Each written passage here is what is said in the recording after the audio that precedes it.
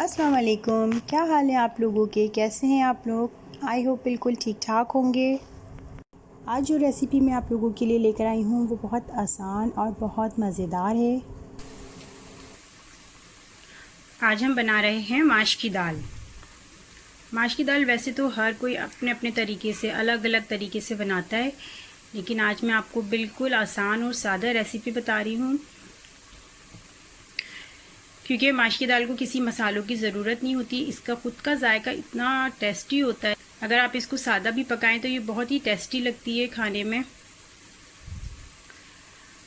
Okay, मैं अब आपको बताती हूँ कि मैं इसको किस तरह पकाऊंगी और क्या क्या इसमें चीज़ें डालूंगी। सबसे पहले तो हमें चाहिए 1 पाव माश की दाल। ये मैंने बॉईल करके रखी हुई है। इसमें आप सिर्फ 1 कनी छोड़ दीजिए, पूरी नहीं गलानी है इसको। 1 अदद टमाटर चॉप किया हुआ, 1 अदद बारीक कटी हुई हरी मिर्च, थोड़ी सी बारीक कटी हुई अदरक, थोड़ा सा हरा धनिया। सर्व करने के लिए चाहिए ये तीनों चीज़ें हमें। 2 अदद जावा मिर्च और 1 टेबल स्पून ज़ीरा। ये आप कूट लीजिए हल्का सा इसको। 1 टेबल स्पून कुटी हुई लाल मिर्च, ये मैंने घर में ही फ्रेश की हुई है। और ये हस्बे जायका नमक। और 1 अदद प्याज जो मैंने इसको ब्राउन करने के लिए रखी हुई है, ये आप देख सकते हैं। जब ये बिल्कुल गोल्डन ब्राउन हो जाएगी हम इसको निकाल लेंगे। ओके, मैं इस प्याज को ब्राउन करके निकाल लेती हूँ। फिर इसी ऑयल में हम लोग दाल पकाएंगे। ये देखें, मैंने प्याज ब्राउन करके निकाल ली है। अब ये देखें, जिसमें मैंने प्याज ब्राउन की थी उसी ऑयल में मैं ये ज़ीरा और जवा मिर्च डाल रही हूँ। इसको हम लोग थोड़ा सा कड़कड़ा लेंगे। देखें, ज़ीरा और जवा मिर्च मैंने इसमें डाल दिया। अब मैं इसको थोड़ा सा कड़कड़ा रही हूँ। अच्छा, बिल्कुल हल्की आंच पे, मतलब दरमियानी आंच पे रखना है। ऐसा ना हो कि ये जल जाए, तो फिर बिल्कुल भी टेस्ट नहीं लगेगा। ओके, ये देखें, ये अब हमारा थोड़ा सा, ये आप देख रहे होंगे, इसके बबल्स बनना स्टार्ट हो गई है, कड़कड़ाना शुरू हो गया है। अब इसके अंदर मैं कुटी मिर्च डाल रही हूँ। ये देखें, कुटी मिर्च डाल दी। ये देखें किस तरह से ये कड़कड़ा रहा है। पता है, 1 बाय 1 आप डालेंगे ना ये मसाले, तो उसका फ्लेवर ही बड़ा ज़बरदस्त आता है, बजाय आप सारे मसाले एक साथ डालें। अब जैसे ही मैंने कुटी मिर्च डाली, इसको हम थोड़ा सा इसमें चलाएंगे, इसको थोड़ा सा पकाएंगे, तो इसका फ्लेवर बहुत टेस्टी लगेगा, बजाय ये कि आप सारे मसाले एक साथ डाल दें, क्योंकि हर मसाले का अपना एक अलग टेस्ट होता है ना। देखें, ये मैंने जवा मिर्च को हल्का सा चला लिया था। अब ये मैं इसके अंदर टमाटर डाल दूँ।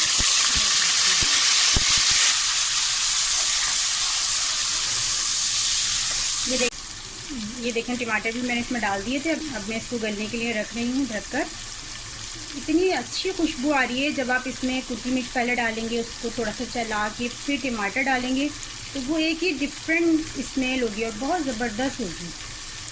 चले, मैं इसको कवर करके रखती हूँ। हल्का सा इसको गला लेते हैं टमाटरों को।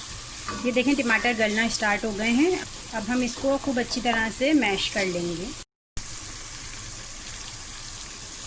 ये देखें, टमाटर गल रहे हैं हमारे। अच्छा, सॉरी, मैं आपको एक चीज़ और बताना भूल गई। मैंने आपको ऑयल की क्वांटिटी नहीं बताई है। ऑयल की क्वांटिटी हमें 1/2 कप रखनी है। ओके, ऑयल हमें 1/2 कप लेना है। उसमें हमें प्याज ब्राउन करनी है। प्याज ब्राउन करके हमें उसको निकाल लेना है। फिर उसी के अंदर हमें ये सब मसाला बनाना है।